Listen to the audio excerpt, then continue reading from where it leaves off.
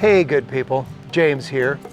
Thanks for following along and subscribing. You know, the garden has been a great teacher of mine.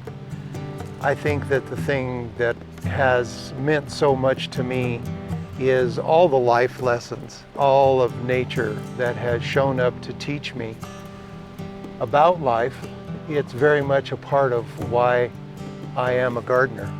In every moment of every minute that I spend in the garden, there's something to be learned. Not just learned in a horticultural way, but something to teach us, to teach me about life. You know, the gentleness of this mantis to me is a lesson, and the way that it is a predator is the contrast.